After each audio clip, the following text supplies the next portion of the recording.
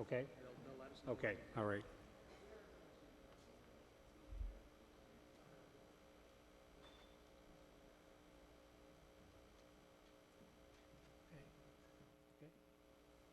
All right. Good evening, everyone. My name is Mike Duffy. I'm Councillor Mike Duffy, and I'm the chair of the City of Charlottetown's Planning and Heritage Committee. With me tonight is Mayor Brown and the following members of the Charlottetown City Council. I see Councillor Bernard here. I see Councillor Ramsey. I see Councillor McLeod, Councillor Rivard, Councillor Durand, Councillor Yankoff, Councillor Deputy Mayor Cody. Welcome all. I also think I see Sean Casey here. Acknowledge Sean Casey. And Councillor Judy McCabe, way up there in the third row from the end. Thank you. Also, there's some MLAs in the house that I'd like to acknowledge. Old Hammerlin is here, I believe, with his wife, and I think Brad Trivers is here. Brad, you want to recognize? And I think I see Hannah Bell, exactly. Thank you very much, folks, for coming and showing an interest in our city activities. Also, I have tonight on stage with me is Mr. Alex Forbes. Alex is the manager of the Planning and Heritage Department, and Robert Silke, one of the city planners who has been working on this file. We welcome all of you to tonight's open house meeting to update you on the current state of the city's short-term rental market. We are pleased that you have joined us here at the Confederation Center or by participating via WebEx. We also acknowledge members of the public who are watching on YouTube via live stream. Before we start the formal session, let me summarize the purpose and the procedure of tonight's meeting and a few ground rules. The purpose of this open house is to provide you with an update and to seek your input on the issue of short-term rentals and how the city should manage and/or regulate the industry moving forward. In March of last year, 2020, staff had proceeded to Planning Board with a recommendation that Council proceed to a public hearing to bring in regulations regarding short-term rentals. Unfortunately, COVID-19 restrictions were implemented the following week of March 2020, and personal public hearings were suspended. Therefore, Council did not have an opportunity to confirm the recommendation from Planning Board to go to a public meeting. The purpose of the meeting this evening is to go over the various options available to Council. After tonight's meeting, there will be at least one additional formal public meeting required to make the various changes to the official plan and zoning bylaw to bring in amendments that will regulate short-term rentals in the City of Charlottetown.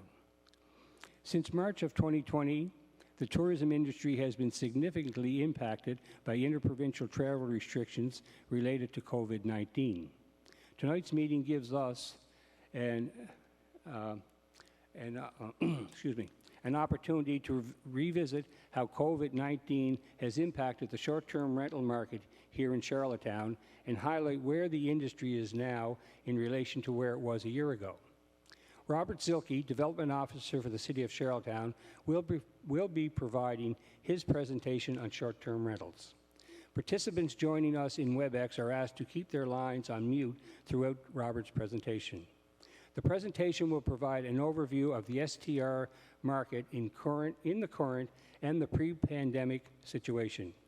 The 5 STR regulatory scenarios will be reviewed, and a brief outline of STR impacts to both the housing market and tourism industry will be provided. After the presentation, the general public will be given an opportunity to speak. Each participant will be provided 5 minutes, which will be timed by the clock and lighting system. The green light will go on when you begin to speak, and at a 4-minute and 30-second interval, the amber light will come on. That amber light will be on for 30 seconds, at which time your 5-minute mark with the red light going on, the 5-minute session for you has ended when the red light comes on. Due to the large number of people attending this evening's meeting, I need to be very strict on these timelines so that everyone has an opportunity to be heard. I will notify each speaker when you have 30 seconds remaining in your presentation. You are welcome to provide your comments and/or concerns to Council this evening. If you are unable to speak this evening or have outstanding questions, please forward them to the Planning Department email, planning@charlottetown.ca. That will be referenced throughout the evening by Friday, May 21st, 2021. Staff will collate all of the comments received by that date and holistically respond to them in their follow-up planning reports to Planning Board and Council.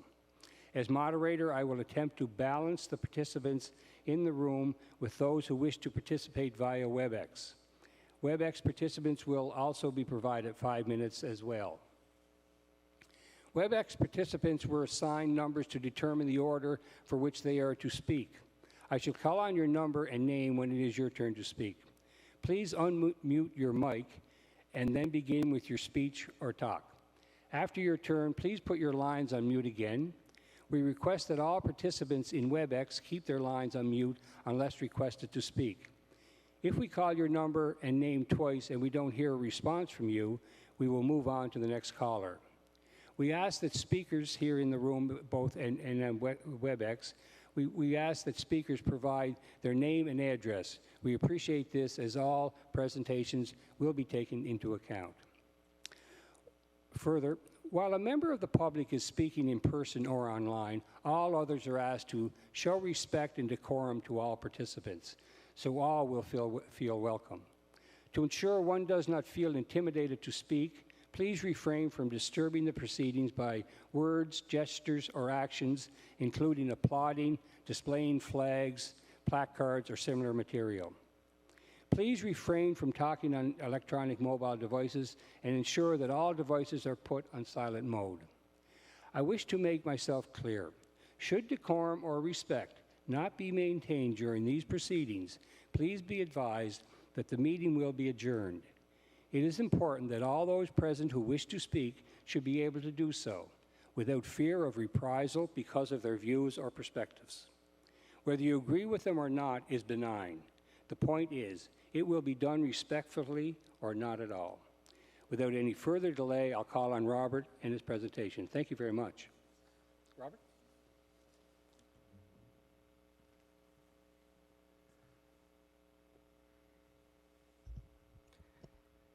Thank you, Mr. Chair. So as I was introduced, my name is Robert Zilke. I'm one of the community planners that works for the City of Charlottetown, and I'd like to welcome everyone for taking some time out of their busy schedule tonight to sit in and listen to our presentation, but we also want to hear from you as well. To be clear, we're going to present 5 scenarios tonight.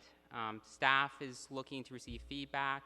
At that point, when we collect the comments, when we proceed to final public consultation, it will be with a set of regulations. That will have an impact on short-term rentals. It will also probably include some sort of licensing framework as well as outline the regulatory framework with how short-term rentals will actually regulate and license within the City of Charlottetown. So without further ado, I'll get right onto it. So what is a short-term rental?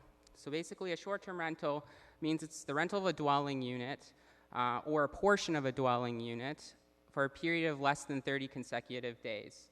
And that's by way of a tourist accommodation. It's different from a tourist home and a bed and breakfast in a hotel or motel or hostel. So this is providing residential dwelling for short-term rentals purposes. So I just kind of wanted to go in first and talk about some of the pros and cons. There's been a lot of material out there on short-term rentals. So some of the pros is that it does support the local tourism industry, providing alternative accommodations. It also allows for properties to be renovated and improved. However, there are also some associated cons with short-term rentals. Mostly this could impact housing, and that's specifically the affordability and availability of housing itself. Neighborhood nuisance is another thing. And then finally, it undermines a sense of community, because you don't necessarily know who your neighbor is, especially if the entire dwelling unit's being rented. So what happened well, we all know what happened, the Great Lockdown, right? That's what they're going to refer to this history to come. And so there was a lot of speculation at the time whether short-term rental platforms such as Airbnb, but VRBO or HomeAway, whether they would actually survive the pandemic, and how would that affect the industry. So the city did undertake a study. We did take a look at hiring a third-party company that specializes in collecting data on short-term rentals. They were once called Host Compliance, but now they're called Granicus. A lot of major municipalities, even smaller municipalities, have hired this company to perform data scraps and looking at what type of properties are being short-term rented and how that complies with any existing regulations itself. So as we see, there was a drop in 2020, approximately 49.4% decrease. So part of that decrease was also contributed to hotels, motels. We're also seeing bed and breakfasts that were also closed during the pandemic. And obviously, a lot of these companies also advertise on short-term rental platforms like Airbnb or VRBO. So we did see an impact in the tourism market for sure. And certainly we did see that impact extend to private dwelling rentals as well. So as of May 14th, and I can update that today, as of the 17th, we saw 308 short-term rentals that are actively being listed on some sort of short-term rental platform. Mostly Airbnb, but we do have some VRBOs and HomeAways involved in that mix. So when we looked at the data, we still see that approximately 52% is occurring in single detached dwellings. Majority of those rentals were the entire dwelling itself, rather than private room rentals or taking a portion of the same dwelling for short-term rentals. We also saw a 42% multi-dwelling, and that's usually apartments and condos that were being rented full-time. And then 6% was private rooms, as well as some cottages. So looking at the listings, we did a calculation on the 500 lot area, and that's basically the 500 lot area is any properties that are basically south of Euston Street. It's the core area, and it certainly had the highest concentration of commercial STRs. So when we took a look at the data over 2020 into 2021, we saw that there was a drop certainly, but still we had 119 listings. So that's about 30% of the total STRs that are being advertised, still located within this area. And here's a snapshot of today on where a lot of those short-term rentals are occurring. As you can see, the majority here is occurring still within the 500 lot area, as well as part of the uptown area, so just north of Euston Street. So we're looking at the Spring Park wards and Queen Square. So what's going to happen? Well, from all accounts and reports that we've seen so far, the industry is most likely going to rebound. We've seen already a lot of Airbnb, for example, went public in December 10th of 2020. Today was actually an interesting day because they released the lockdown on anyone that bought stocks or trades within Airbnb, and there was a decrease. But from accounts, it looks like that the industry is going to be around for a bit. We saw that a lot of pent-up travel demand, especially with everyone on lockdown. There's going to be clearly some sort of appetite for people to start traveling again and start utilizing short-term rental platforms for that. So just some key facts looking back at pre-COVID. And the reason why I want to focus on this data set is because COVID is an anomaly, it's an outlier. This certainly doesn't happen every year, so we had to take a look at the latest data that we received before the pandemic hit. And that was for the season of 2019, particularly the spring and summer season of 2019 for Charlottetown. And that's to do with a lot of the seasonality and variation where we see the high peak in the demand of short-term rentals occurring between May, September, October in Charlottetown. So what happened at the peak? We had approximately 834 active listings. That was a 7.9% increase from the year before. September 1st, 2019, we confirmed that there was 635 active listings in housing units. So we subtracted the cottages, we subtracted the bed and breakfasts, motels, hotels, and we just focused really on private dwelling units. Everything from single detached to attached housing to apartments.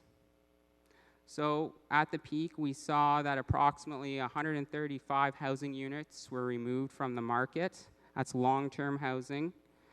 111 housing units during the year, and then 24 clusters of private room listings. And those private room listings are focused really around the 500 lot area.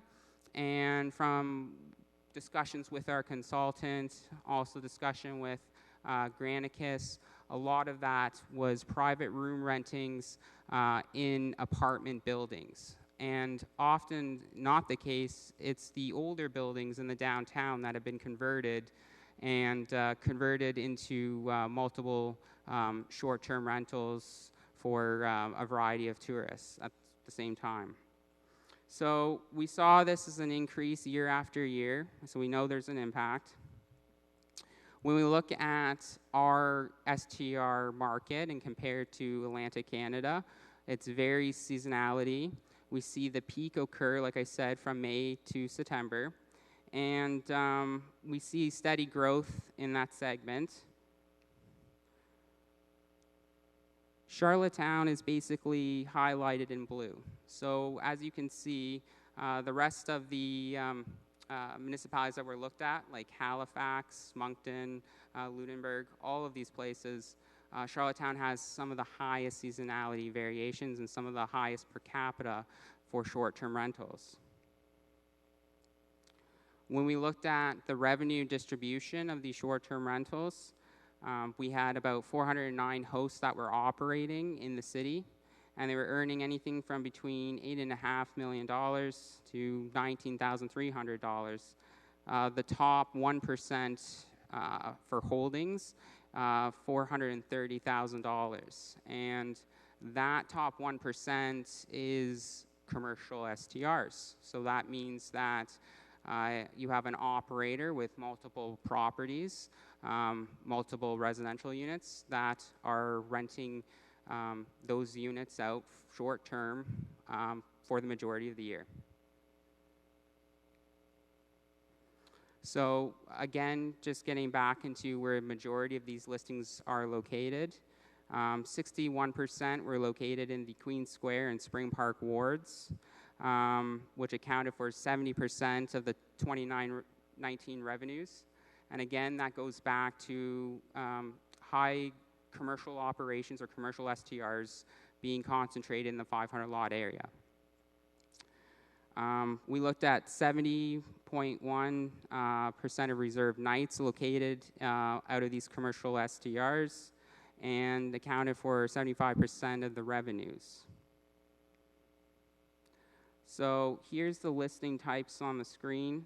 We have entire home listings are most likely to generate negative externalities. That includes, neighborhood nuisance, but as well as contributes to the impact to local long-term housing. We know that Charlottetown has been dominated by entire home listings, with approximately 76% of all active listings earning about 89% of the revenues in 2019. And I've broken down the dwelling unit type as well as the corresponding revenues that have been collected through that. So the difference, we have home shares who actually rent out or short-term rent their principal residence. So that means they live there year-round. And they could, say, rent it for a couple of weeks or a month or something throughout the year while they stay somewhere else. but effectively that's the principal residence, so they go back and they live there, versus commercial operators, which, as I said previously, purchase up multiple properties and then rent them full time, thereby removing those housing units out of the long-term housing market. And here's a concentration of STR activity that happened in Charlottetown in 2019. And as some of you probably know, we partnered with Professor David Walksmith. He's a leading STR expert looking at the impacts of STR on housing and tourism industries. So we basically collected the data that we received from Granicus, or Host Compliance at the time, and then overlaid it with his own algorithm at Miguel, and basically produced this concentration, this heat map that shows where exactly a lot of these commercial STRs are occurring. And as I stated, we see a lot in the Queen Square, so the 500 lot area, but we also see it in the Spring Park ward as well. There's also a high growth that he stated that was occurring in more of the suburban areas, such as West and East Royalty. So that was something that he thought was interesting, that there was a pretty high uptake and one of the fastest growing STR segments in the city. This is a little harder to see, but just to explain it, this is basically every property in the city of Charlottetown that was listed on a short-term rental platform. And he went through a logic statement by saying, is it the principal residence or is it not? If it's not the principal residence, it was purple, so false.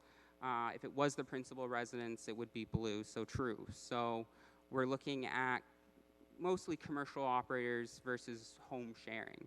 And as you can see, we have a lot of home sharing in more of the suburban areas or outerlying areas, and then we have more commercial operations, again, in the 500 lot area. So there's two parts when you try to short-term rent your residence, and there's a two-step approval process. One, you have to get a provincial tourism license from PI Tourism. And then two, you need to also get approval from the municipality, in this case, Charlottetown. There was situations where even when we were doing our data scrapings, we were picking up short-term rental platforms, or sorry, short-term rental properties on various platforms that were not actually caught or are discovered by PI Tourism. So there was a lot of unregulated operators out there as well that neither had permission from the province nor the municipality. So that just gives you kind of an idea.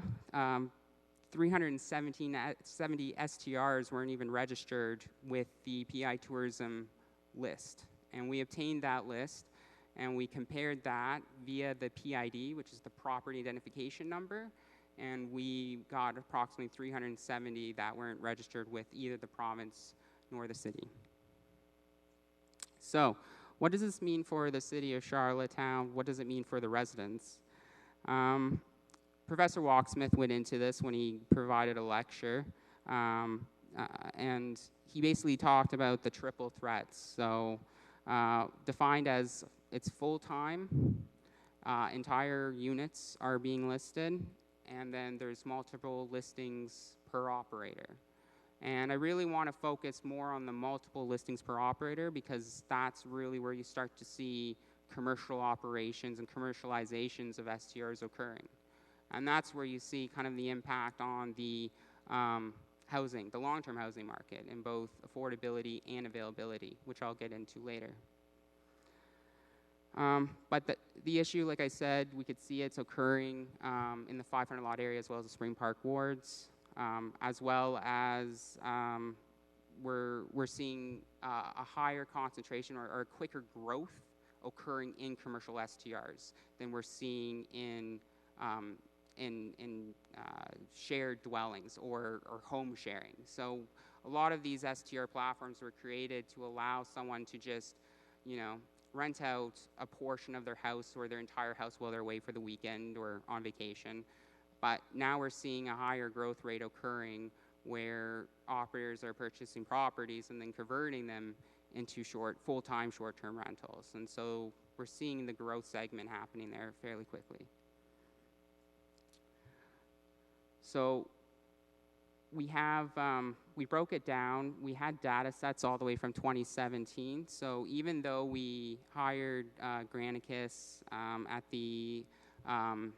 it was around the early 2019 we started collecting data, they were actually tracking our STR market earlier than that because they actually had conversations with Mr. Forbes up here at a conference. So there was some tracking being done.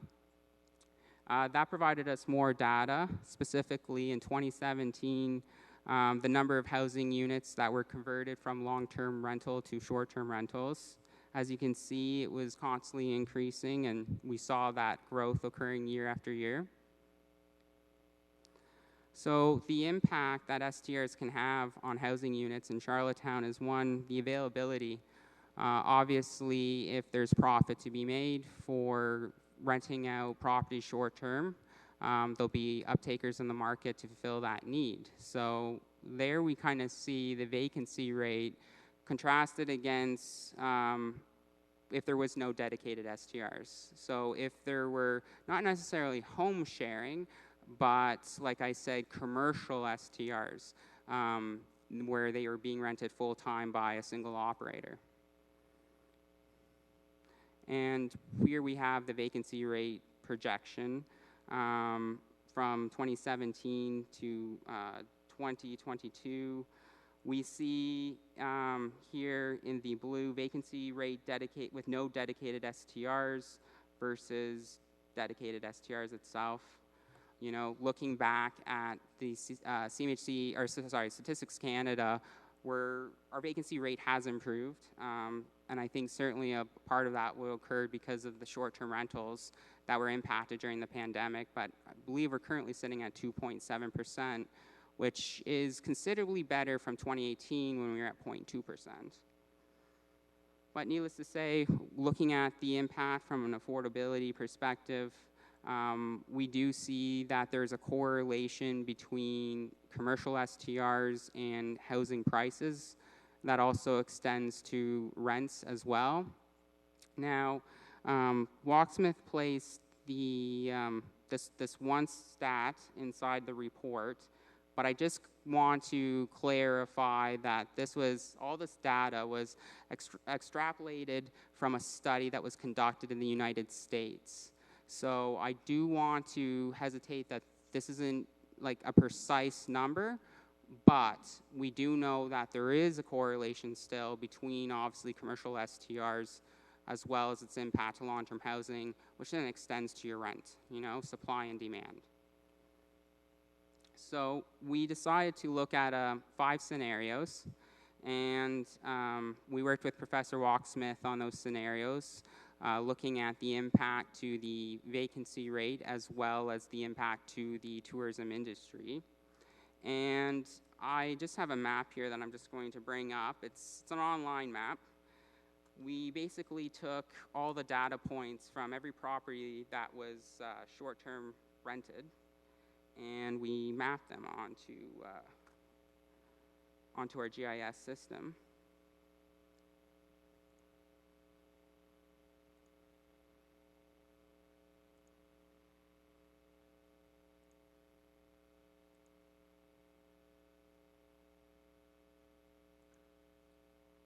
Okay.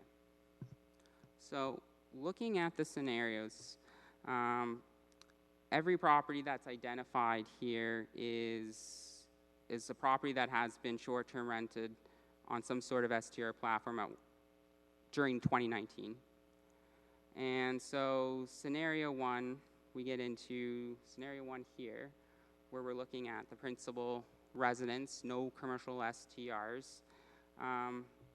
And specifically, you can see here in the 500 lot area, mostly the concentration. It's interesting to see the dispersal of these rental properties. This area here, and I will throw on the zoning map, and the zoning map is basically, it gives you an indication of what you can and cannot do with your property. And so when we overlay the zoning map, it's interesting to see that the majority of short-term rentals weren't necessarily covered or being directed to commercial zones. They were operating out of residential zones. So you can kind of see the distribution here of those properties in relation to the zoning map itself. So you can see that the core area, specifically here, the downtown Main Street, really no STRs. They're mostly regulated to either the downtown neighborhood zone or the downtown mixed-use neighborhood zone, the DMUN zone. So obviously each scenario is going to have impact properties differently and will allow for either more or less short-term rentals, scenario 1 being the most restrictive and scenario 5 being the least restrictive, since it would permit short-term rentals in a principal dwelling, any dwelling unit type, so apartments including, any commercial zone, and then of course the downtown mixed-use neighborhood zone, where there's already a variety of short-term rentals operating of that district, that area.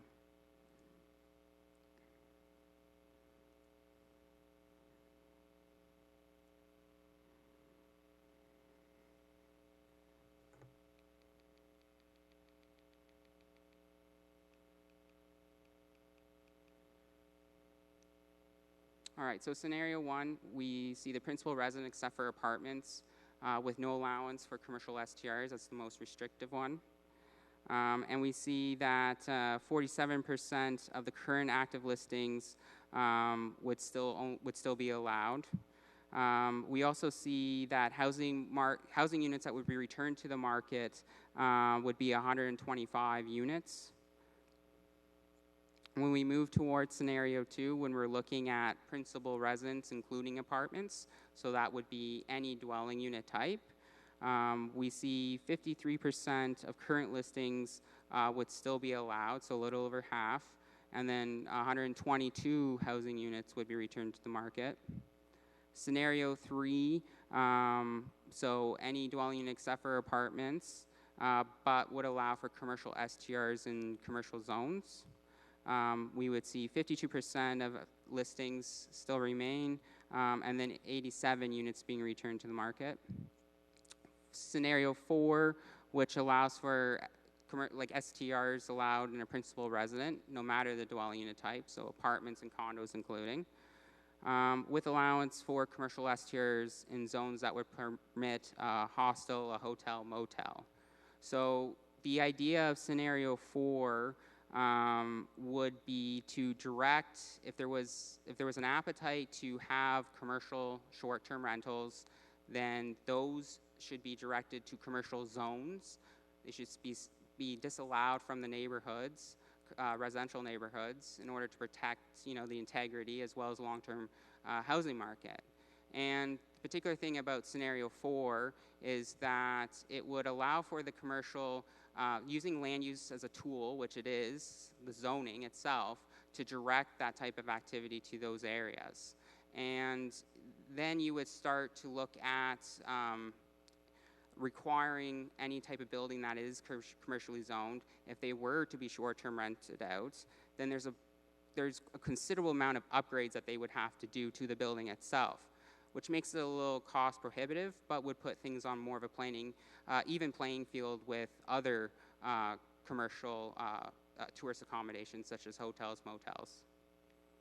And then finally, scenario 5 was a duplicate of scenario 4, but then the question was, well, what if it was allowed and permitted in the downtown mixed-use neighborhood zone? Because currently, the downtown mixed-use neighborhood zone permits for a variety of different commercial uses, as well as like medical clinics itself. So there's already non-residential uses that are occurring in this area. And just to put up, again, this is the 500 lot area map, but the DMUN zone would basically be all the properties that are highlighted in yellow. So your pink, which is downtown neighborhood, is the neighborhood zone. That's the pure residential zone that is allowed in the 500 lot area. And then you have these kind of outlying areas, the DMUN, that has or permits for some commercial uses. And then that scales inwards to the core. So where you have the downtown Main Street and downtown core, that is mostly all commercial type uses. So again, this is just looking at the variety of scenarios and how it impacts the vacancy rates. Again, it's difficult to say how this would have played out because COVID unfortunately hit and would skew kind of the data points from that perspective. But that kind of gives everyone an indication, well, if the pandemic didn't hit, and then, you know, looking at the post-pandemic when traveling becomes popular and a thing again, how would that start to impact the actual housing and the vacancy rate itself? And then we have the impacts to tourism. And one of the interesting things that Professor Walksmith did look at was, you know, depending on what scenario council would eventually prove, whatever that scenario would be, how would that impact then the tourism industry where there's a need or there's a want to fulfill that need for alternative accommodations where people are looking for, where they would rather not stay at a hotel and motel. And if you read his report, and it's available online, you can see that he at least states that at the end, no matter what scenario is chosen, there is sufficient capacity within the city to accommodate for either the more restrictive scenario or the least restrictive scenario. So that's just something I wanted to point out. And then, of course, he started to project and looking at how many listings, how many properties would have to make up for the difference depending on the compliance rate. So as everyone knows, compliance is to do with if operators and residents are adhering to the regulations put in place. And, you know, for the longest time, there was a lot of municipalities that were struggling with enforcement and compliance.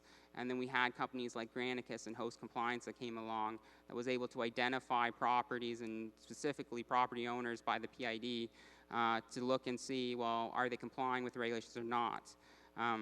The most successful municipality right now is Vancouver with approximately a 75% compliance rate.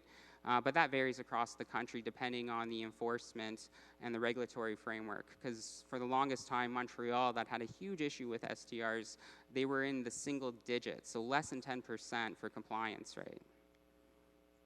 So what does this mean going forward? So obviously we're here tonight to receive feedback. We want to hear what the residents of Charlottetown think, where they want to see this go. You know, bearing that, we're going to keep on inventory these STRs that are out there so we have a complete data set and we know what we're working with. We're in the public consultation phase, and once council gives direction on what scenario they want to adopt, we will be going back out to public consultation, and that would be with an actual set of regulations that will detail exactly how Charlottetown will deal with short-term rentals in the city. So again, by no means are we saying there's one scenario over another. We're just stating these are the facts, this is some of the data we've collected, these are some of the scenarios, some of the options on how we can regulate this. Now I want to hear from you, and then move forward with a set of regulations. We'll be back again to present those regulations, and then eventually then it goes back to council, and city council will make the final decision on how they want to deal with this issue. And then to end it, yeah, we certainly need an enforcement strategy going forward, also a licensing framework if council so chose to proceed with licensing of short-term rentals. But we do have a step-by-step process laid out. We're working on some of these documents regarding the regulatory framework. We have the scenarios done, but we're looking at licensing and how that looks, and then of course enforcement, which we're constantly working on. So without that's about it. Thank you very much.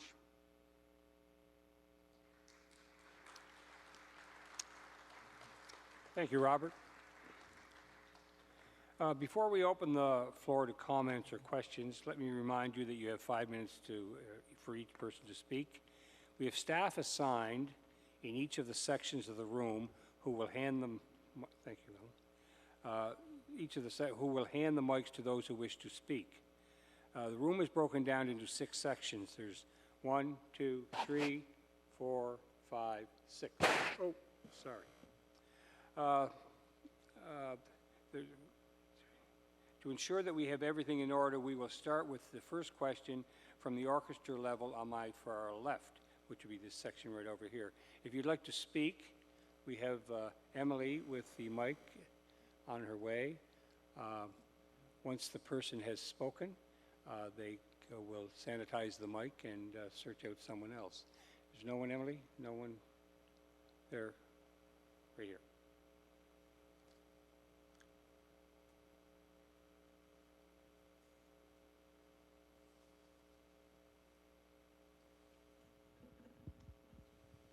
Can you hear me? Yep. Do I have to represent where I'm from or anything? Yes, your name and your address, please. Do we have to use full addresses if we're young women living alone? That's not ideal. The street will do. All right. Jill McIntyre from Great George Street. Thank you. So as a young resident of Charlottetown, I'm consistently disappointed by the absolute disregard the city shows for its youth, as well as other groups made vulnerable to the housing crisis, such as low-income families, seniors, disabled folks, and many more. There's clear evidence, as demonstrated recently, that the growth of Airbnbs in Charlottetown directly correlates with the current shortage of housing, yet the city has failed time and time again to meaningfully regulate these corporate entities that benefit the elite few at the expense of the majority, because to be clear, we are the majority. As has already been pointed out, Airbnbs have resulted in the renoviction of families, the disruption of community-driven neighborhoods, and increased average rental prices hugely. In addition to these devastating impacts, it has also created an environment where Charlottetown landlords are able to abuse and mistreat tenants with zero accountability, as housing is now in such short supply. 5 or 10 years ago, when rentals were cheaper and more abundant, tenants could exercise more choice in finding safe, dignified housing. Now, in the context of housing scarcity, we have to take whatever we can get. Within my close circle of friends alone, mostly young people and recent graduates trying desperately to be able to stay in our community despite the best efforts of the council to make this city unlivable for youth. We've all experienced predatory and exploitative landlords who have been able to profit greatly from this crisis. We've paid rents equivalent to a mortgage for shoebox apartments. We've gone without utilities like heat because rentals were so poorly insulated and maintained that the prices were incredible. We've dealt with unchecked pest infestations. We've been threatened with illegal evictions or price increases when we try to exercise our tenant rights. We've dealt with racist landlords that try to take advantage of international students.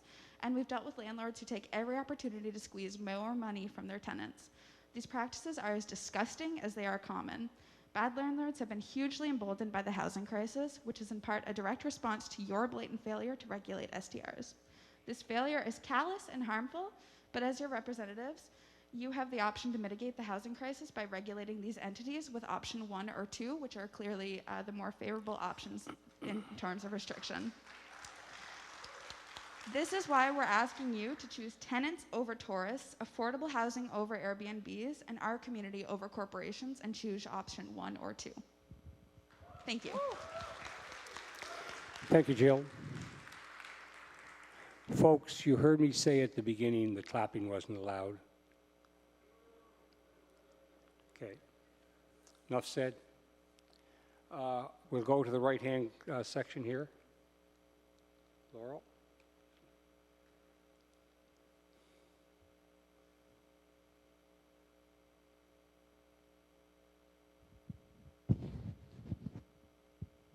Hello.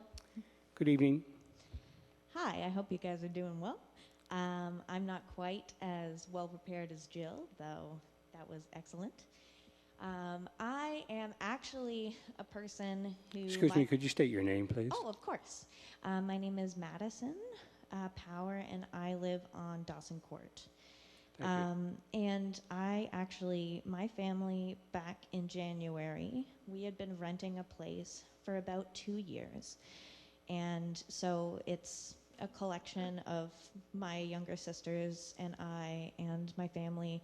And as well, we had a young family living next door to us with 2 young kids. And recently, back in January, at the beginning of the year, we were actually rent-evicted. And though I can't say that this is necessarily due to whether the landlord wanted to go forward with making it a short-term rental agreement, or if he just planned on hiking up the price. Either way, having fewer vacancies, it gives landlords an opportunity to be able to rent-evict families that are already living in their houses or in their apartments, in their dwellings. It's not necessarily just minimized down to those who are already looking. So essentially, this landlord rent-evicted us, saying that they wanted a family member to move in, but really, I believe it's about 2% that you're allowed to raise the rent whenever you already have a pre-existing dweller, shall we say, living in your residence. And so, obviously, this guy did not want to just mark it up by 2%. So our family and then the family next door ended up getting evicted. Not only that, but he actually rented one of those big trash compactors so that he could throw out all of this stuff that we had left behind. It was humiliating as a human being to have all of your things thrown away. And we weren't even allowed to get our damage deposit back because he kept coming up with ludicrous costs that he needed to get rid of our items, or he needed to fix screens. And so we didn't even get the money back that we needed to move forward with our new life after we had been rent-evicted, so that he could rake up the price. And whether it was for short-term rentals or not, he obviously saw that with a lower rate of vacancy, and also short-term rentals sometimes putting out their dwellings as places for people to rent as tenants rather than just tourists, then it gives opportunities to every single one of the landlords that we have on PEI to kick out families who don't have anywhere else to go, frankly. And I think that's rather disgusting. Thank you. Thank you, Madison. Okay, folks, you've been warned about the clapping. This is your second time. The third time, I'm sorry. I would hate to do it, to adjourn the meeting, because there's a lot of people in this place, and there's a lot of people on WebEx that have a lot of information to give to City Council in order to make a good decision. Now, you've been warned twice. If I have to warn the third time, I will adjourn the meeting, as I've told you at the outset, okay? Please cooperate, okay? Thank you very much, Madison. We're going to go now, I believe, to the middle. Do we have somebody in the middle? Okay, right up here. This gentleman up here. Oh, I'm sorry. We'll have to get you the next time. Yeah, could you get this one down here closer, and we will get you the next one?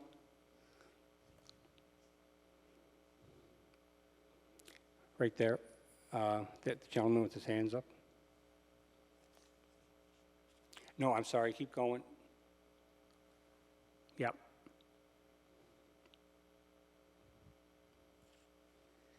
Thank you. Go ahead. My name is Nick Donoff. I live on just north of Euston Street, on Euston Street, north side. I didn't prepare anything, but I thought I'd raise my hand. I moved to Prince Edward Island in 2013 after I graduated from school. I'm from Niagara Falls, Ontario.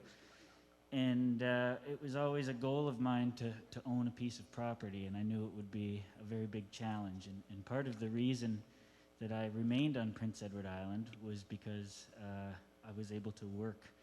I had to work a full-time job, and then I work professionally as a musician, and as well as teaching a number of hours after my 40-hour job for a number of years to raise the money. And I was finally able to buy a home, and I bought a small duplex, and it is nearly 200 years old and needs a ton of work. And I've made part of my goal to fix this home up. I've lived on both sides of the home while working on other sides, and the only way that I've been able to feasibly do that was to short-term rent when I'm able to, because I have to access the basement, I'm talking sistering in joists and doing all the fun things. And I make a very modest living. And it's been very helpful to me. And all I ask is that, because I understand, I rented my whole life prior to that in Toronto and in the Niagara region and in Charlottetown. And I just hope that when all is said and done, that people don't paint the image of a landlord or a short-term rental with too broad of a stroke, because I do believe that there is some good to come of it. And I've tried to follow all the rules, and it's been very helpful. So that's all I'd like to say. Thanks. Thank you, Nick. Now we'll go to, I believe, the top left up in the balcony. Is there anyone?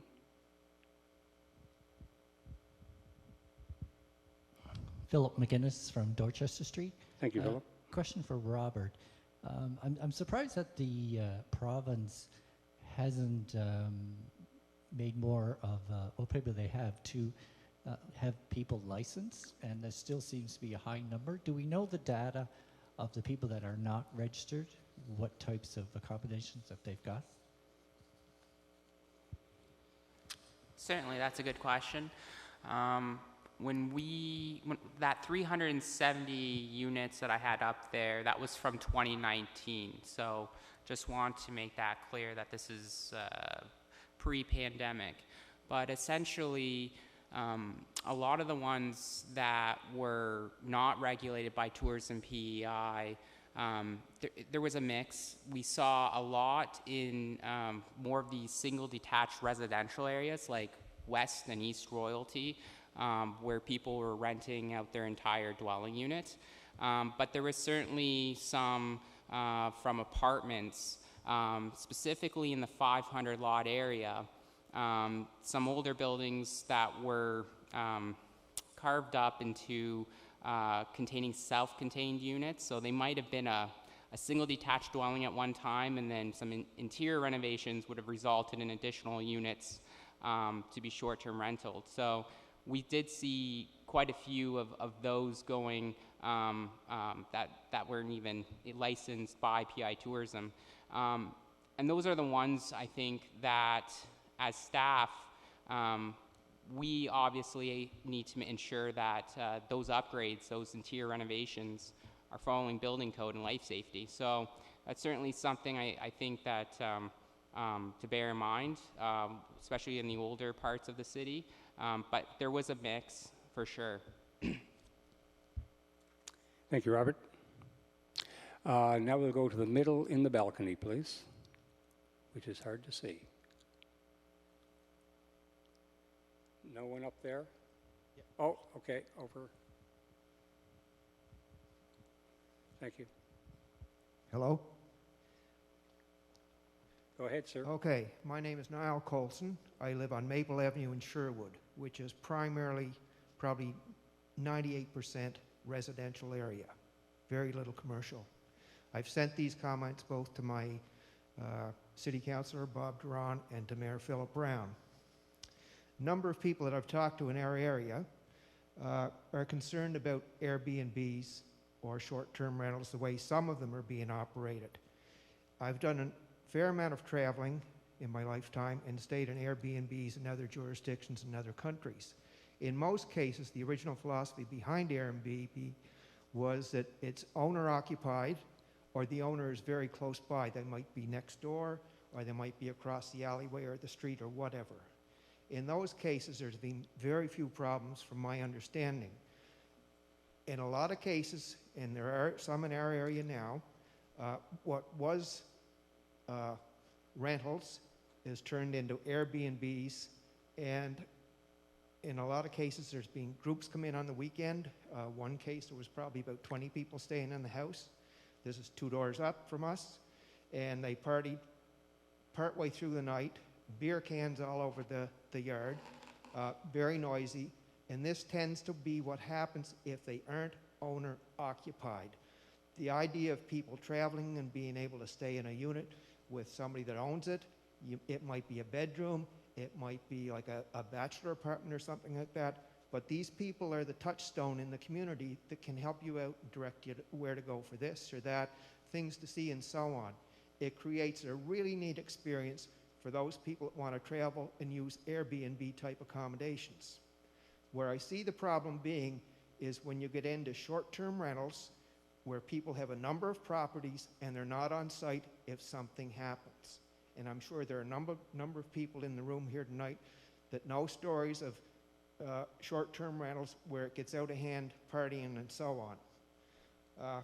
In a lot of jurisdictions where they have short-term rentals, they do limit the days per year, and it can be anywhere from 30 days per year to a maximum of 180 days per year. That's what's most commonly done. I guess the downside of short-term rentals, especially in residential neighborhoods, is it tears the hell out of your community and your neighborhood. You don't know who's in there. You don't get to know the people that are in there. Like where we live, it's mostly single family. There's a number of duplexes, but you get to know your neighbors. And like within a 6 or 8 block area, you stop and you say hi and you talk if you're out walking your dog or whatever. But when it's just a constant commercial venture, it's a totally different thing. And I guess from my perspective and a number of people I've talked to in our area, they're not in favor of a lot of these commercial ventures in short-term rentals. I understand how young people feel where it's hard to get a place to stay, especially if you're looking for an apartment-type accommodation. And if it's being used in this way, short-term rentals, it certainly does cut into the market. I hope that council takes the time. We were lucky that we had the pandemic in that sense. You have the time to really take a good hard look at this and see what the proposals will be and what the regulations would be right across the board. I think part of the key to this is proper registration and tracking the registration. If you say you've got 50% that aren't properly inspected and registered and so on, then they need to be dealt with. I guess I really don't have anything else to say from there, but just the fact that have a good look at it and treat it respectfully for all concerned, especially residential neighborhoods that are mostly single or double family dwellings, instead of putting in commercial ventures. Does nothing for the neighborhood. Thank you. Thank you, Niall. Okay, we can move over to the right section in the balcony.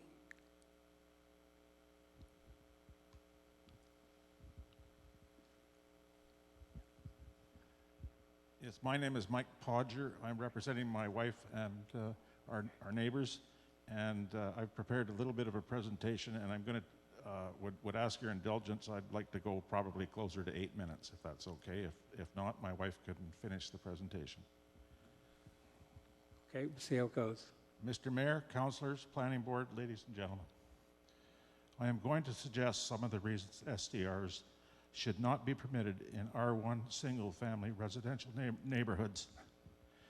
We suspect that this issue is really about money, a little extra income for property owners, and some extra tax dollars for the city and the province. We are all for free enterprise, however, agree that in some instances, activities must be regulated. Many of these SDRs are relatively new acquisitions. At least that appears to be the case in Lewis Point. These owners, operators are taking advantage of the lack of regulations around STRs. Many are flying under the radar and have not registered these properties with the city or the province. Unfortunately, many of these operators have created negative impacts for their neighbors. My wife and I relocated to Charlottetown approximately 9 years ago, and we chose Lewis Point as it is or was a quiet single-family residential neighborhood. Since then, we have become familiar and comfortable with the area and our neighbors. For us, we have fulfilled one of the Canadian dreams of owning our own home in a quiet, peaceful setting. We had heard the term Airbnb previously, but had not really given it much thought. We thought Airbnbs referred to long-term arrangements like house swaps. A few years ago, our neighbor sold his house to some people from away. These people turned this property into an Airbnb. They even advertised it as being in a rich area. At first, we were a little concerned and uncomfortable with what was happening. Since then, it has become frustrating and concerning. You have to excuse me, I'm a little nervous. We no longer know our neighbors. Until COVID, there were people coming and going all the time, even at night. Who are these people? Is our property safe? Some might say hello, others not. Unfortunately, what was once an immaculate property is not so much anymore. At times, garbage has been strewn up and down the street. In fact, on at least one occasion, the city bylaw officer, I believe, had to come and ask or tell them to clean up the garbage. As such, we have had discussions with a number of neighbors who also share our concerns. In fact, it has become known that there are 4 or 5 other such properties in Lewis Point. One neighbor suggests that the SDR beside him is not well kept, has garbage issues, and has been subject to a number of late-night parties.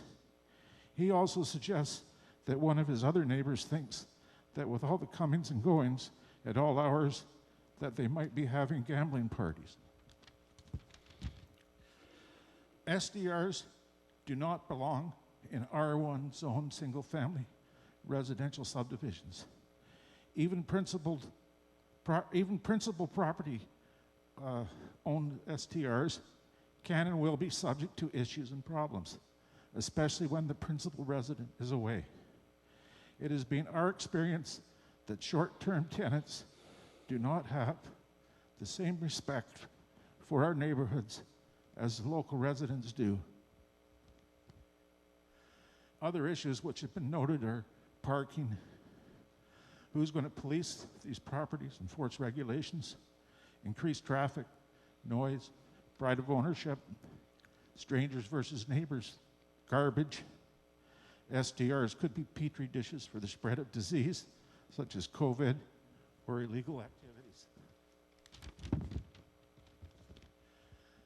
In the SDR zoning and development bylaw amendments dated March 13, 2020, it is stated, and I quote, "The proposed regulatory framework has been designed to provide opportunities for residents to benefit from the STR economy while establishing appropriate measures that minimize the negative consequences of STR activities that impact housing, generate nuisances, and disrupt community harmony."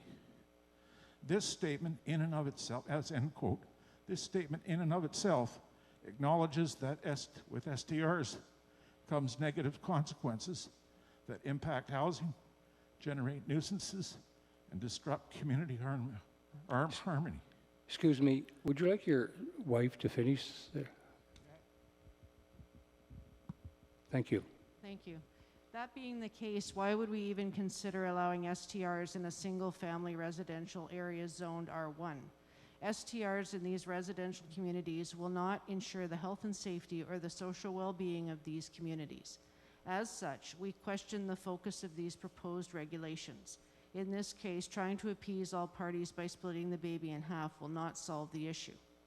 As for the specific measures recommended by the planning staff, we must question, quote, restricting residential STR activity to primary residences only, as the primary tenant owner may not be present when the home is rented on an STR basis. Charlottetown is a unique and special place, not like TO, Vancouver, or other large urban centers. As such, our regulation should reflect our unique needs. One report suggests 2/3 of STRs in Charlottetown are non-compliant. Interestingly, the same report suggests that in 2019, the Beach Grove area experienced a 200% increase in STRs. Lewis Point is in Beach Grove. It is our understanding that the majority of properties in Beach Grove are zoned R1 single-family residential. These neighborhoods need to be protected as currently zoned. A planning board presentation, March 13th, 2020 states, "Our goal is to maintain the distinct character of Charlottetown's neighborhoods, to enhance the special qualities of each, to allow STRs in R1 areas seems to us to be contradictory with this goal. As homeowners, we would suggest that the majority of our neighbors would agree that the highest and best use for these properties is as currently zoned single-family residences and not short-term rentals or tourist accommodations. We respectfully submit that the report by David Washmuch et al., while statistically interesting, does not capture the unique character of Charlottetown neighborhoods, and as such must be taken with a grain of salt. Good luck with this issue, and please find a way to deal with the STR problem without jeopardizing the unique character of our residential neighborhoods. Thank you. Thank you. Thank you, folks. Now that we've done the full swing through the theater, we'll turn our attention to the WebNX, and our first call is going out to Andrew Swingler. He's caller number 1. If you'd like to contact us, please, Andrew.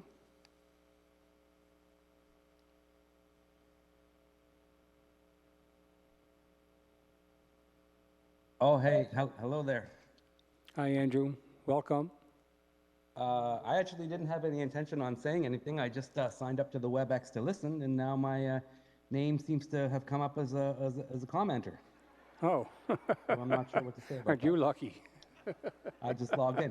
But you know, now that I seem to be speaking, maybe I'll say 1 or 2 words. Yeah, obviously I logged in because this short-term rental stuff is some concern for me.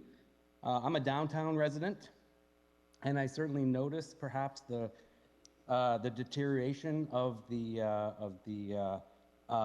vibrancy of the downtown community and the proliferation of short-term rentals in the summertime. And I certainly am aware of the occurrence of seasonal rentals or what I call in my mind short-term rentals, just that are rentals available just for the winter time. So you can get an accommodation, but it's just over the winter period, and then March or April rolls around, and then you're out again. So it can be put back on the market as a summertime rental for higher profits and so on. And you know, I'm just a little bit concerned about this stuff. I think that the comments from the last caller about deteriorating the communities and deteriorating the neighborhoods and not knowing who your neighbors are and having people just coming in for partying and so on and sort of not being part of your local community. I used to live in Vancouver. I have friends in Montreal. I have friends in Barcelona. This is a repeated thing that goes on and on around the world, and the same thing is happening in Charlottetown, I think. And I would like to see even the options that I saw presented a little bit confusing for me. In my mind, I would just be really happy to see something like something along the lines of non-owner occupied short-term rentals need to be banned, essentially. If you're owner occupied and you want to share your space and you want to rent it out to tourists and you want to be part of the equation, cool. But if you're profiteering and taking housing stock in any form out of the market for profits, and you're not really present and you're not really around to experience what's going on, I just don't think that works at the end of the day for the vibrancy of the community. And you know, just to sum up, let's focus on this owner-occupied issue, because I think that the main part of the problem, or the main part of the concern for me, is this lack of owner-occupied presence in the community and renting out these otherwise amazing housing units that people could be using. And you know, I didn't plan to say anything here, so I hope that made some sense. That's just sort of off the cuff. Thank you for the opportunity. Thank you, Andrew. Pretty good for a guy off the cuff. Thank you very much. Next is Kelly Robison.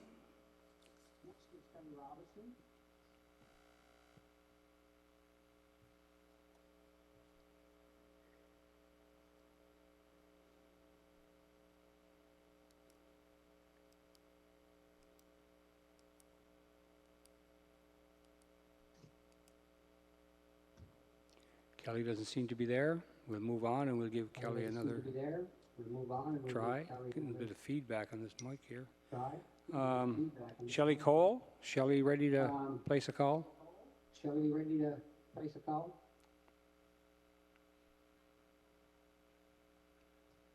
Pardon?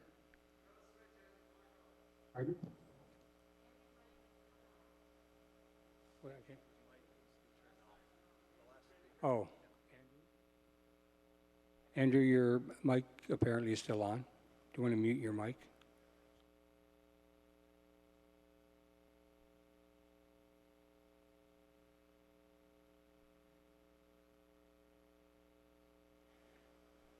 I'll try Kelly Robinson one more time.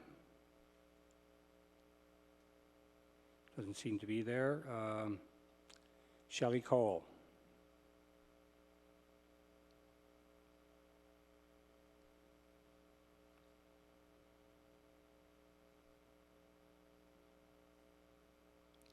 No luck there also.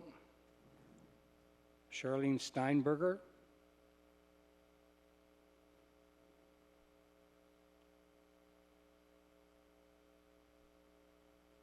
This is fun.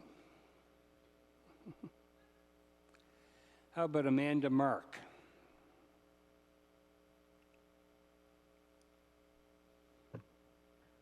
Hi, yes, can you hear me? Hi, Amanda, how are you? I'm well, thank you. I would like to just sort of second some of the stuff that Nick had lived in Charlottetown for 10 years. I moved to Nova Scotia for work and marriage, but I kept my house in Charlottetown and I return there often. About once a month, I play in PEI Symphony and I play in some other groups. And I live there in the summer with my kids. So while it's not my principal residence, it is my own home. And I take a lot of pride in keeping it really, you know, very well. I take my profits and I put it back into the house. So I feel like I've improved the neighborhood in terms of that. I also hire, I work through Airbnb. Airbnb has a lot of restrictions that I put on my properties. For example, there's 2 units in one house, so it's one property with 2 apartments, and I live in both during the summer. You can stipulate that your guests don't have events, which I do. You can screen your tenants very well on Airbnb, which you can't do as well with long-term rentals. When I rented it out long-term, I never raised my rent in 10 years to my upstairs tenant. When I asked him to move out for my family, so I guess I'm trying to say that there are people who can do this ethically, and I think rent controls, I am registered with tourism. I think that's important. I've been inspected and I submit my tourism reports. I don't allow events in my house. I screen my renters. I employ several people to maintain my,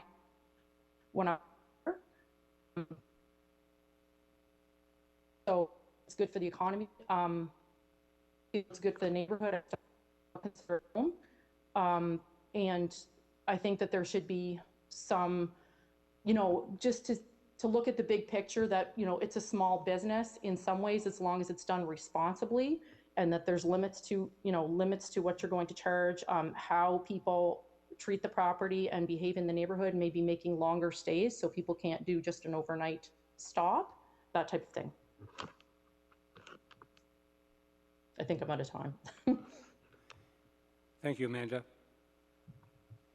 Okay, that's the 5 calls to our WebEx people. Now we can resume again with in-house here, and Emily's ready to go. We'll go with this section right here. There's a lady up there, I believe. Hi. Welcome. My name is Elizabeth Sheridan, and I am on Queen Street. Nick has very good, he has 5 stars all the time. I see Nick's property. He keeps his property neat, tidy. I do the same with mine. It is my primary residence. Yes, I do own 2 properties in Charlottetown, but my primary is on Queen Street. And if you look up my property taxes, that's where my property taxes go. And I live there part-time. I've been doing this for 5 years. I've had short-term, good, bad, indifferent. If you put your prices at a decent price, it generally gets rid of the people that are going to come in and do the parties. because they want a cheap place, they want to have drinks, smoke, have marijuana, whatever. I've even called and contacted an Airbnb host, David, to tell him that that was happening at his property, because I don't want that on my property. So some of us are good, and some of us can be there right away. Some of us are away, and that's when you have one or two, I think there's about 3 hosts that are actually property managers that host different people's houses who go away in the summertime as well, and they put theirs up on Airbnb. I have been licensed since 2016. In 2016, the vacancy rate was 9%. Today, it's just over 2%. I also believe that there should be a limit to how many Airbnbs are out there, how many licenses are out there as well, so that you can accommodate people who are like the person spoke originally, and you can accommodate myself, who tries to make a little bit of money to make ends meet. And by the way, I don't make anything compared to the numbers that were put on that board. By the time I pay for all my expenses, I'm lucky if I make $10,000 a year to cover and take me from the summer to the next spring. It's what I do. I can be independent and still pay all my bills. So I don't make anywhere near the $20,000 that you think that the average person is making. I file my taxes like everybody else. I pay my taxes. I've renovated the house. I've brought it back from a house that was built in approximately 1945 to something that's modern. I've maintained my property, and a lot of us do. There are some bad apples out there, and I agree. Those are the ones you need to go after. They're the ones that need to be monitored. But people like Nick, who has been licensed for a few years, and myself and Amanda, we should be allowed to keep our tourism licenses, because we have done what we were required to do by law at the time. That's all I have to say about it at this point. Thank you, Elizabeth. Can we go to the right-hand section now, Laurel? Does anyone have anything to say in that section? There's a lady down front here.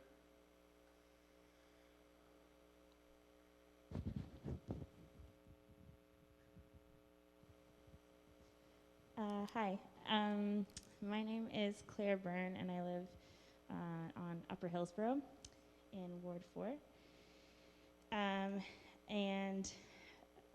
I've lived in Charlottetown my whole life. I've mostly lived in the downtown core, and I just wanted to add my voice to this conversation. First, I wanted to express gratitude to people who've already shared. I think, it's been really impactful. And I also wanted to say thank you for all the data that you showed already. This is really helpful because it easily paints a picture on why it's hard to find safe housing in Charlottetown. So like I said, I'm here to add my voice to highlight what it is we're really debating here. Today we're talking about the desire for accumulation of homes of a very few people, and our neighbors' right to safe and adequate and affordable housing in Charlottetown. I think I haven't heard yet Airbnb hosts who don't operate out of their primary residence, so I'm here to say that I support options 1 and 2 that allow people to operate from their primary residence, because I think, as the people have already shared, when you can do it well, it works.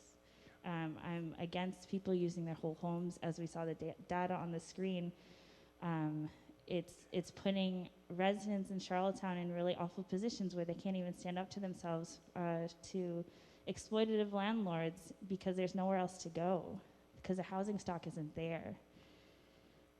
The inability to regulate short-term rentals in Charlottetown has literally put people outside. In December, we saw Greg Rivard, I think you're here, hey. You were quoted in the CBC News article about filling in the tunnel on Water Street, and where people were clearly using that for shelter. And I understand it was a dangerous situation. I understand that something needed to be done, but those people without recourse and with nowhere to go, and this housing crisis has exacerbated this. And you know, it's not an exaggeration that they were put outside. Airbnb operators that have multiple homes and multiple properties on Airbnb will say that it's not their fault, that they're allowed to do what they want with their properties, but the lack of consideration for our neighbors and communities cannot continue to influence your policy decisions. I support owner-occupied short-term rentals, either options 1 or 2, because it's the most just. It's not a question about opinion or political leanings. It's simply acknowledging that everyone deserves a safe place to live. Owner-occupied Airbnb, if done correctly, would immediately return homes to the housing stock. That's what the problem is, and we all saw the data. It's not, we can't deny it anymore. It's very clear, and it's pushed so much pressure on all of us. And with my last few minutes, I just want to share some stories of people who cannot speak openly of their housing issues because of fear of retaliation from landlords. So a landlord of a friend of mine was refusing to fix the heat in their apartment in her first winter in Canada, and she didn't know where to turn to because she feared a threat of retaliation and eviction from her landlord. Another friend that I spoke to, she works at a shelter, who mentioned that with an almost 0% vacancy rate for women leaving abuse, that means that they have nowhere to go. Another friend of mine who's an international student at UPEI was told by a potential landlord that he didn't like renting to Nigerians. And when I was looking for housing in February, when my partner and I were looking for housing, we were told by an Airbnb operator in downtown Charlottetown with multiple listings that the price that he'd rent to us until May, and the price was already reasonable at $2,700 a month. For a 1-bedroom, I should add. So all of these situations are created by the lack of long-term housing due to unregulated short-term rentals. It's absolutely gutting to know that I have friends and families and neighbors with nowhere to go while we're walking past ghost hotels in the downtown core. We shouldn't have to come here to tell you that our neighbors matter, that they matter more than a few individuals' lack of consideration for our neighbors. You have a job to do, a job that we hired you to do, and we need you. And I would also like to say I haven't seen Mitchell Tweel, who's my counselor, but I'll send him an email to share my thoughts with him as well. But I support option 1 or 2, and it will immediately return homes that are so desperately needed by our neighbors. Thank you. Thanks, Claire. Is it Clara or Claire? Claire. Claire? Yes. Thank you. Thank you. Okay, that brings us into the middle of the lower bowl here, and we have a person there. And first of all, Emily, there's a person way back in the middle that was missed on the first time through. You see? Keep going. There you are. No, the person coming towards you there.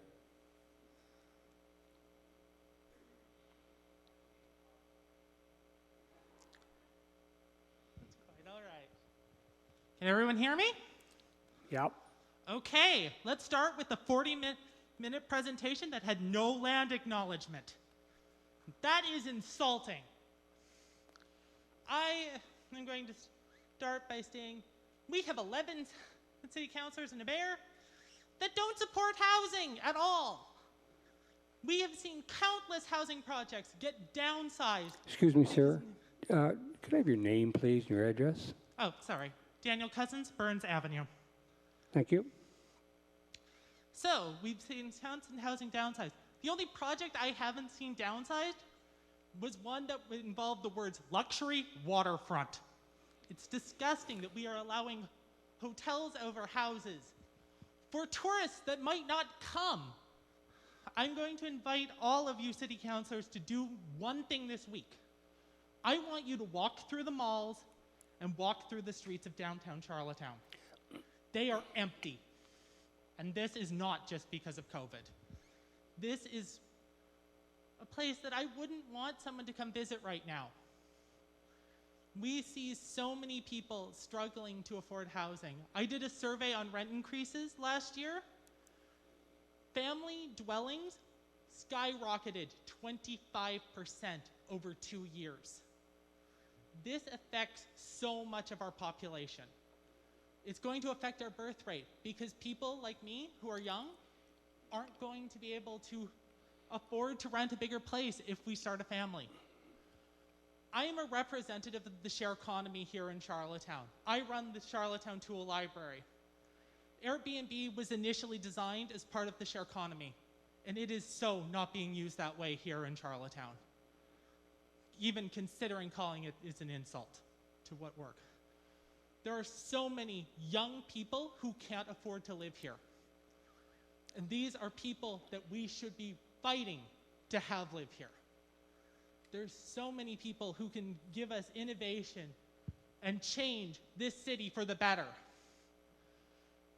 And if they can't afford to live here, they're going to take their innovation and all the good things that will come from it and go somewhere else. We need to regulate. This was started in 2019 with a promise of a bylaw in 2019. Now, it feels like it's been 7 years, but it's just 2020. But still, we're 14 months from the last initial consultation, which did get bumped. But it didn't need to be bumped 14 months. We are at a point where people are probably being evicted for the prospect that maybe people from outside Atlantic Canada can come visit us this year. We are putting everyone at risk. And I speak from my own story of dealing with an Airbnb in my rental neighborhood, that someone was running a love hotel. They were bringing in prostitutes from over across during the pandemic to stay in this hotel. It is disturbing and needs to be regulated. We need control. We need our housing back, because people like me really shouldn't be thinking, gee, when my parents die, I might finally own a house. Regulate, inform. People of this town deserve more. They deserve better. And to the young people, if they make this an election issue, let's make us the competition. Thank you, Daniel. Thank you. Now we'll go up to the balcony in the left segment there, please. Anyone to speak?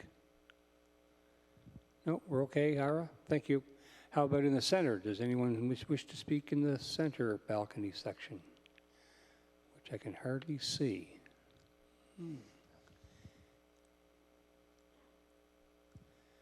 I remind you folks that we only have this theater till 9 o'clock this evening, so we have to, I'd like to hear from everybody who wants to be heard from. So do we have somebody in the...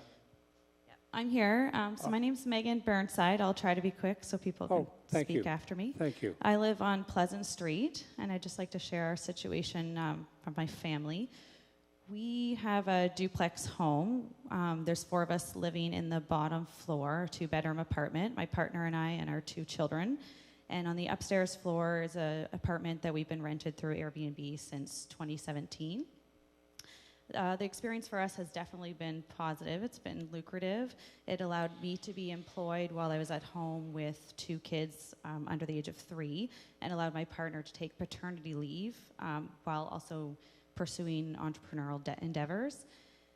We had very positive interactions with the tourists that we engaged with, and I think it increased their positive kind of experience in PEI as well. That said, we do recognize that we are also part of the move towards giving housing to tourists and prioritizing income over community members and community vibrancy. And I think as Airbnb and short-term rentals has become more positive over time, we recognize that this problem is there. And I think at this point it would be shocking if anyone would recommend anything other than option 1 or 2 or something even stricter than that, given the problems that people have said are happening in our community.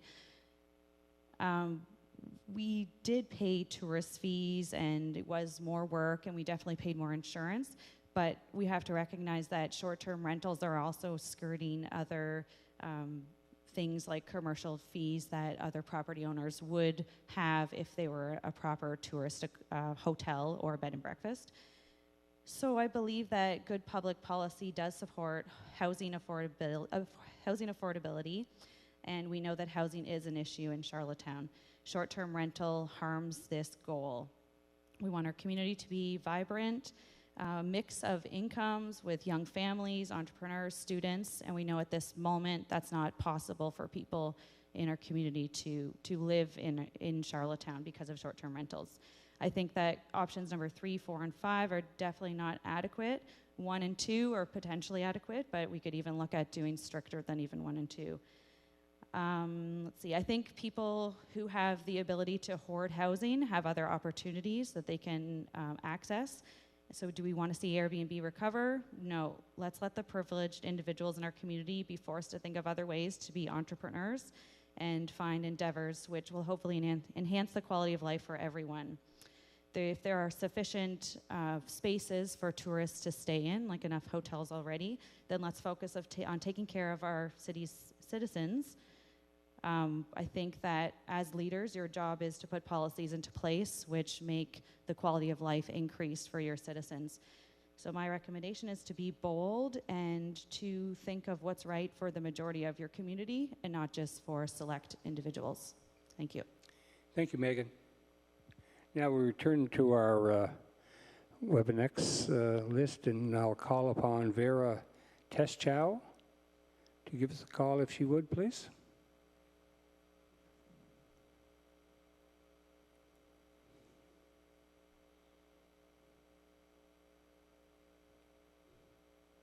Okay, we'll try Vera once later on. Yes. Oh, sorry, yes. Sorry, I did. Is there anyone up there? Okay. Thank you. Go ahead. Hi, good evening. My name is Juan. I'm from the area of St. Albert's. And I run a business that deals with immigrants and people relocating for work.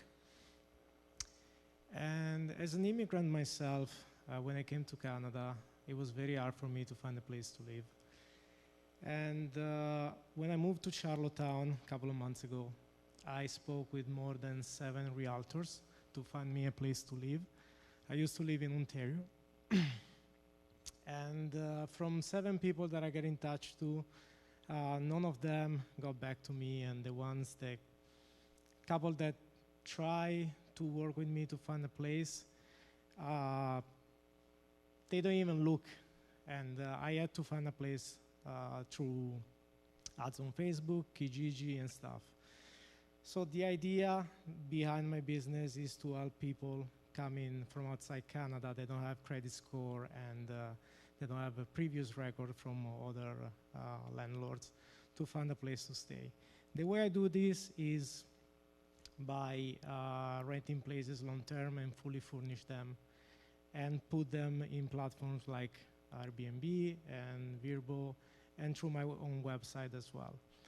So I understand the concern of the people here. One of the reasons I choose to come to Charlottetown is because I love the communities, I love the neighborhoods, and I love the lifestyle. So unlike other immigrants, they come to the Maritime provinces to get their permanent residency and they move away. I did the opposite. So I totally want to preserve that. But as another speaker said, there are ways to regulate. I'm totally pro-regulation, and there are ways for you to screen your guests, and you can, in order to avoid parties and that kind of stuff, you can impose a minimum stay of 3 or 4 days. So people that is coming for the purpose will stay away from your property. I totally support the owner that needs to be responsible for the property and clean after it and everything. And I'm sorry, I will be unpopular, but I don't think the short-term rentals are the problem of the housing issue in Charlottetown. People is looking to rent places like 3-bedroom or 4-bedroom for $12,000, $30,000, and those prices don't exist anymore. I saw the rents in Toronto, Vancouver, or other big cities that are like way more expensive than what we have here in the maritime cities. So prices go up everywhere. You don't, like, by regulating the short-term rentals, we will not solve the problem. Otherwise, during the pandemic, we should already done that because the short-term rental went down 70%, and we still have the problem. So I don't see how further regulating this and like prohibiting short-term rentals will solve the housing problem. My name is Juan, and I'm done speaking.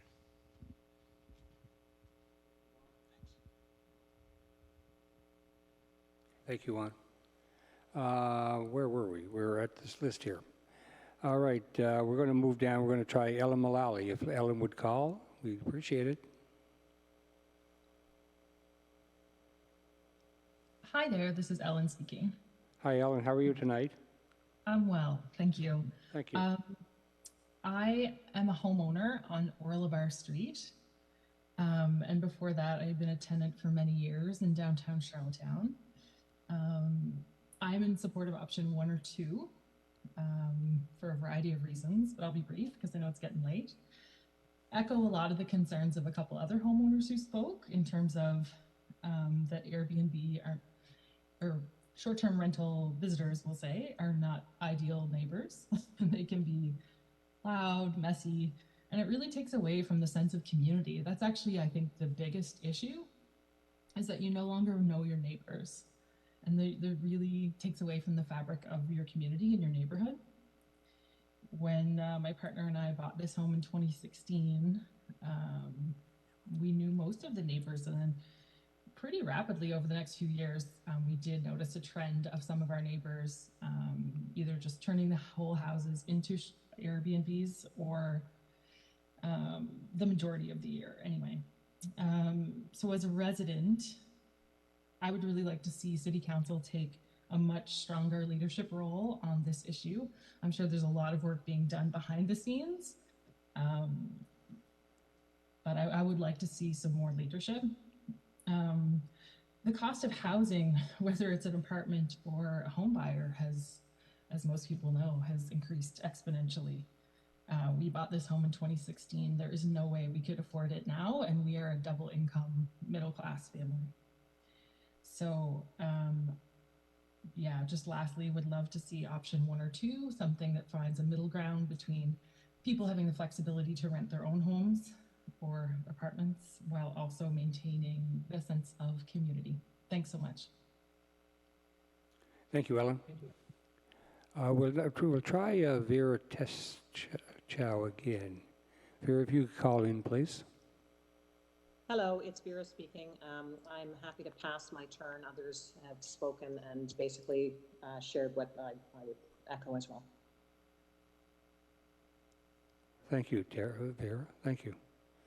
Vaughn Smith.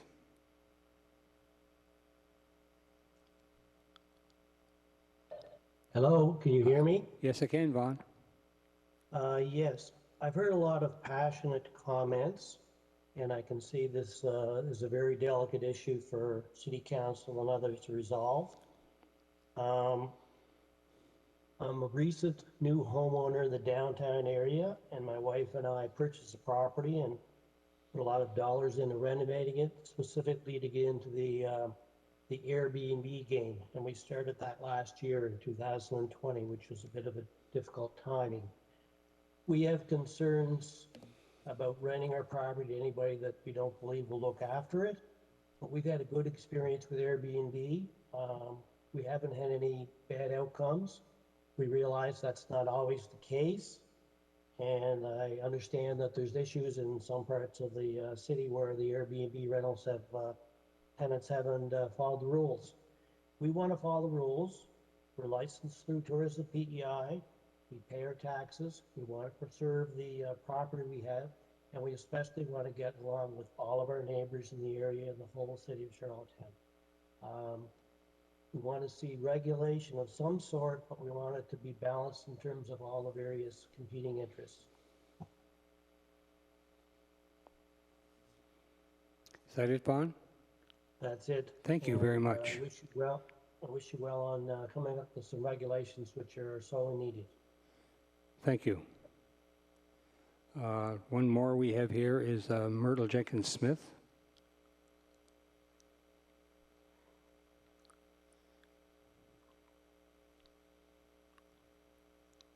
Myrtle's going to pass some her comments. I've echoed her viewpoints.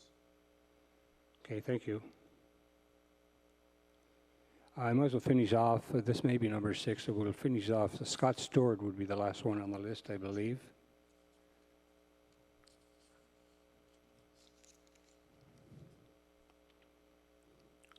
Scott, you're not there? Okay, thank you. We can start back here at my left with the hand up, person up there.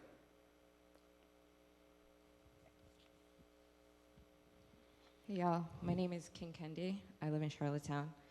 I'm kind of new to the SDR conversations, actually. I came in tonight to learn more about it because it seemed pretty spicy, but it's not. It seems like there's solutions, there's options. At first I thought it was like folks were against having short-term rentals, but that's not the case. There seems to be possible solutions if they are enforced. I just kind of want to talk about like Charlottetown. I love Charlottetown. I grew up downtown Charlottetown, and I want to stay in downtown Charlottetown. I'm advising my own friends to leave because of how hard it is for us to stay here. Eventually, I might have to leave, you know, and it breaks my heart, like for real. And I think that's what a lot of us are saying, is that we deserve to live in the place we love. We deserve to be happy in our homes, you know? And it's also scary because when we're being told we can't live here, it's like the rest of Canada, we can't live there either. So where are folks supposed to go? You know? And so that's where for me comes in, is that like, I walk around downtown, I grew up downtown, and it's become so gentrified, and I wonder, where did the people go? You know, where did the people that I used to see go? Where did the people that look like me go? Where did the people who are in the same class as I am go? Where are the youth supposed to go? And it's that whole thing of, are we choosing capitalism over the people, right? We should always be for the people, right? Humanity is for the people. And here, what we're seeing is legit choosing capital over people, capital over your youth. But your youth are growing up, and they're seeing what you're doing to them, you know, and they'll remember this. So it's like, low-key, you don't want to be on the wrong side of history on this one, you know, like, I guess that's what it is. More I'm hearing is more I'm just sad. It's heartbreaking. Thank you very much. We'll go to the right-hand side now. We have a person in the middle there, I believe.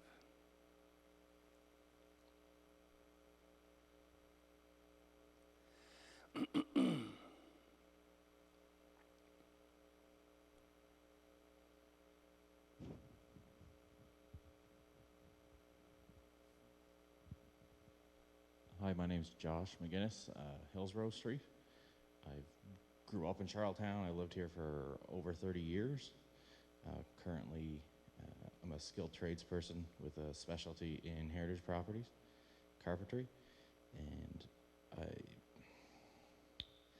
as someone who's grown up and lived in Charlottetown, I don't really foresee me being able to afford to live in Charlottetown or buy property, which I would like to do. It's where my home has been my whole life.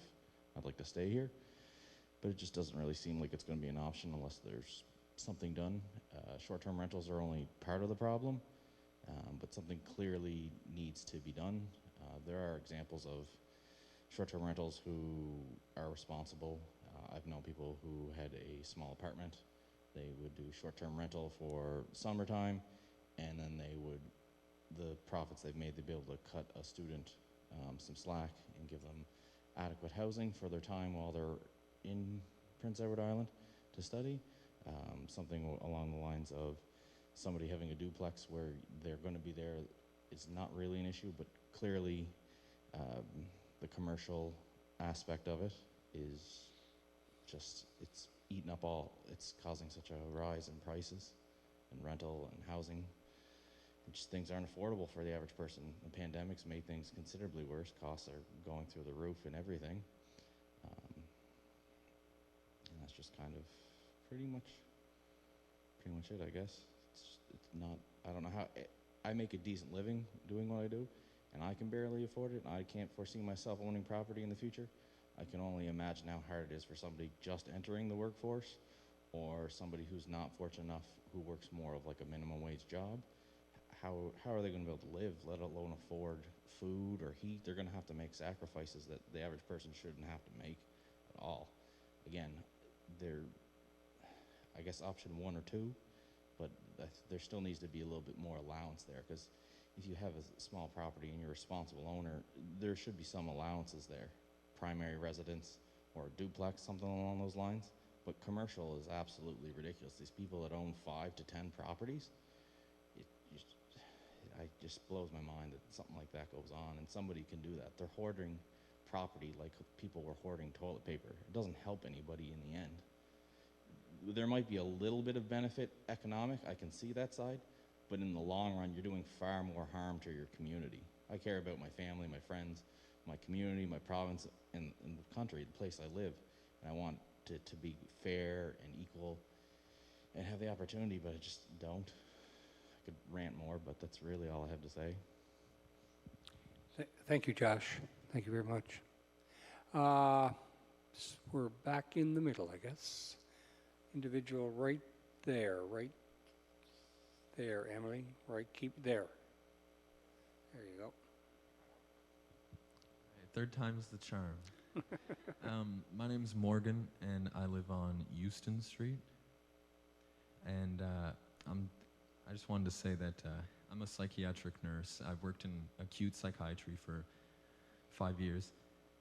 And the amount of inpatient beds that are blocked by people unable to find housing is sickening, and it's gone drastically up over the last 5 years that I've been in practice.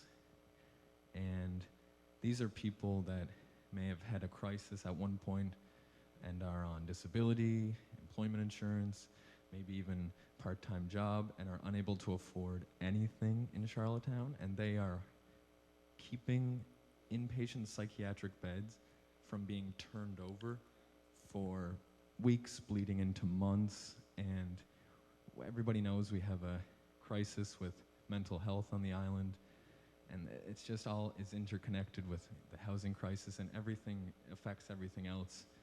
And here we are kind of concerned about the people that have 2, 3, 4 houses, trying to make side hustles on top of their full-time job by renting out to tourists. That it's just obviously I don't know, other people have said it, but it's obviously a huge issue whenever we have 130 plus ghost houses that could be gone to people that need it, that could create turnover in inpatient psychiatry, that could allow the next person in a crisis to come into the hospital to get the help they need, rather than this affordable housing crisis that we're facing right now that's affecting all areas, not just housing. And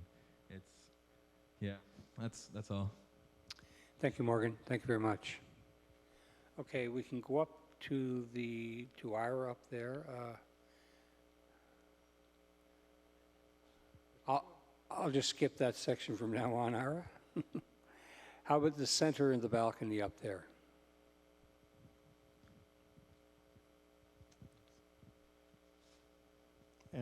Joe Byrne, I live on Pommel Street.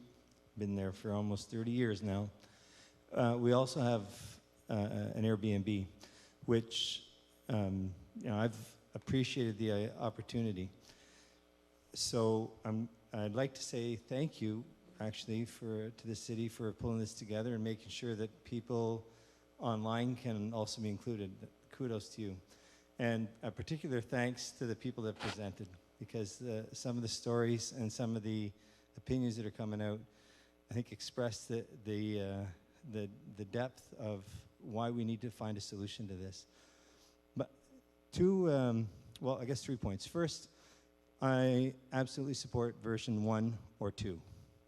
The restrictions, and as an Airbnb operator, if I'm restricted out of existence, that's life, and we will live with it, because housing is more important than almost anything else besides eating. And when I look at the goals of the city, and I'd encourage councillors, when we talk about retaining the character of downtown Charlottetown, the character of downtown Charlottetown is not found in the structure of its buildings, but in the hearts and lives of our people. That will always change, and it will reflect the times that we live in. But we need to not just focus on the architectural beauty, but on the fact that when we first moved downtown, and we could watch, you could time your watch to how Sandy, our neighbor, walked down to the bootlegger down the road. And we don't have Sandy with us anymore, we don't have bootleggers, but the neighborhood still has lots of really good parts about it. I like to be able to share those parts with visitors, by the way. So is there a space for short-term rentals that people can also enjoy what I enjoy about downtown Charlottetown? I think so. But it should never be done at the cost of safe, affordable housing for the people that develop the character of our downtown. That's one point. Second is that this has come across in a number of presentations. I think context is important. So addressing the short-term rental issue is critical. But the context is that as a province and as a city, we have year after year just not put the effort or not addressed the lack of safe, affordable housing. Safe and affordable housing is never going to be supplied simply by the private sector. This requires public sector financing with lots of different alternatives. And there's different alternatives all over the world where cities and provinces or states will put in long-term guaranteed mortgages for multiple dwelling units, where people can have 15 or 16 or 20 or 30 apartments that are developed as a condo. And that's public housing, even though it's paid for like a mortgage. We should look at other alternatives, and there's some out there. The third point I want to make is that the tourist levy that's there, and I think it was Megan that raised this point too. It is not fair that a unit like ours pays the same levy as the hotels in this city. We haven't made a comparable investment. And it is absolutely fair that our units like ours pay a higher levy. 3% is not sufficient. And that money can be used to develop other parts. I'd love to see it go into affordable housing. But I think the levy has to be increased on short-term rentals. We do not need to compare or keep short-term rentals in the same economic classes as hotels. That doesn't seem wise to me. Thank you. Thank you, Joe. Thank you very much. Over on the far right here, do we have anyone?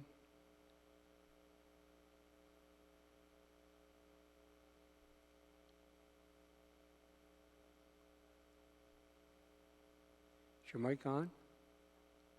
Oh. Oh. Is the mic on the far right on? He says it's on. Hello. There you go. Hi. Good evening, everyone. My name's Heather. I own a property on Pownell Street, and it is not owner-occupied. I know we've been talking about everyone else has had owner-occupied buildings so far. I've seen a lot of, I mean, I've listened to everything going on this evening and everything everyone has said, and first of all, I just want to say, my heart goes out to every single person who had a terrible landlord, who was rent-evicted. There's no excuse for anything that's been going on like that. And to all of you, I can't even express how upsetting that is. That being said, I know someone mentioned, I think it was Nick down below somewhere, mentioned being careful about painting everyone with the same brush. I mean, everyone in this room would never want to be lumped into one category just based on their race, based on their gender, based on anything else. And so I think the same thing. There are a lot of landlords who are feeling a bit attacked because of some really, really terrible owners out there. That being said, I just mentioned that I am, I think, the only person who's speaking up about not actually occupying the building that I rent out. And that's because I don't really live here permanently. Like, I'm all over the place. I travel, I live on the road. I've lived in Airbnbs all around the world. And personally, I wouldn't want to stay in an Airbnb personally with another family. I want to go and enjoy it. I want to stay with my family with whom I've traveled and spend time exploring the community on my own.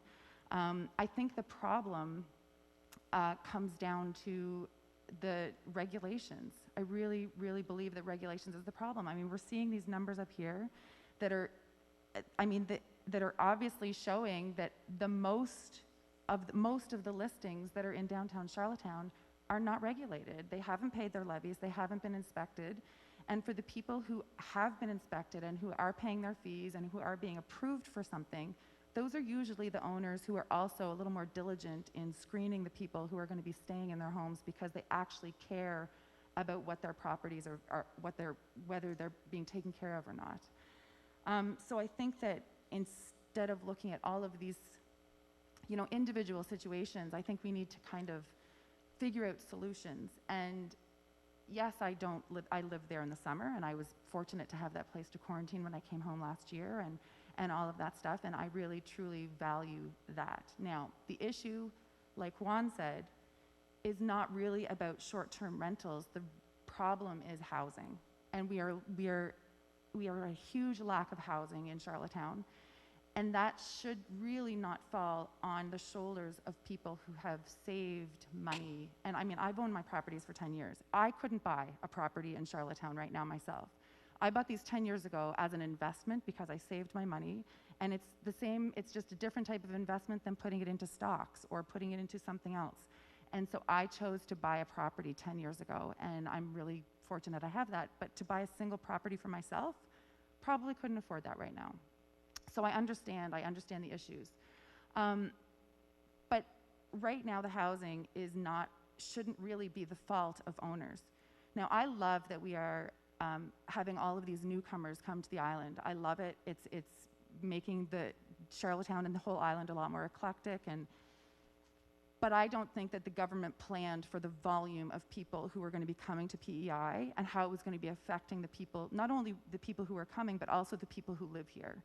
And that number of people who are coming, I think that just the planning, the steps were just done in a bad order.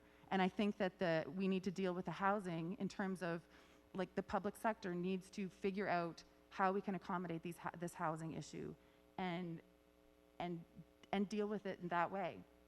Another side of it is also with IRAC. And right now, with rental increases and not being able to handle things, people are, when you're looking at the numbers, a lot of owners who I've spoken to are, and everybody's different. I have one building, I bought 2 of them 10 years ago. One of them is long-term rentals. I have amazing tenants. And the other one is, I have students who are there in the winter, and because they don't want to pay for something in the summer when they're not here, that is when I rent it out in the summer. But my students, some of those students have been the best tenants I've ever had. So I think Heather, you're down to 30 seconds, okay? Okay, great, yeah. I just think that there's a time and a place, and sometimes short-term rentals can actually be a blessing for some people who don't want the full year. Students, for example, don't want to necessarily rent in the summer, and I think I think there's a balance, and I think we just need to find it. Thank you, Heather. We're back down, I believe, to the section over here. Okay, Emily, you take your pick. Hello. Hello. So first of all, I just want to say a quick thing about the no clapping rule. Could you have, could I have your name? My and name is Noelle. I live north of Brighton and will Yeah. not get further into my address because that's weird. So the no clapping rule is frankly kind of ridiculous. And frankly is another way of silencing the people that are trying to talk. Guys, no clapping, remember?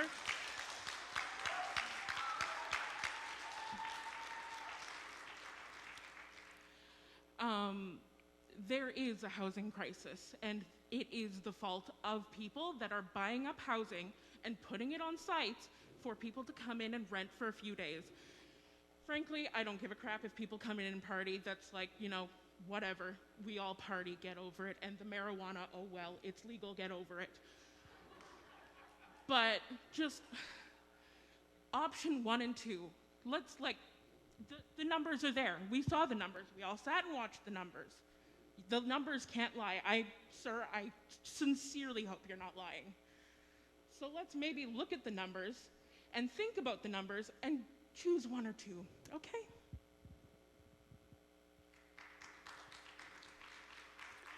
Thanks, Noel. The reason for the clapping rule is the fact that some people aren't maybe as confident as you are, and when they get to a microphone, they find it intimidating for people to be booing them. It doesn't produce what we would call a balanced approach to the issue at hand. And by the way, I gave you 3 warnings. That was the 3rd warning. This meeting's adjourned.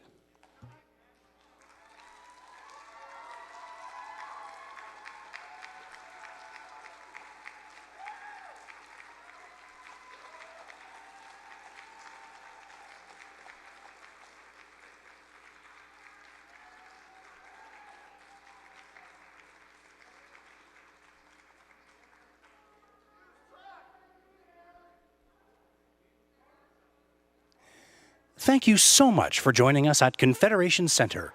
We hope you enjoyed tonight's performance and thank you for supporting the arts. We kindly ask that you remain in your seats for just a moment longer.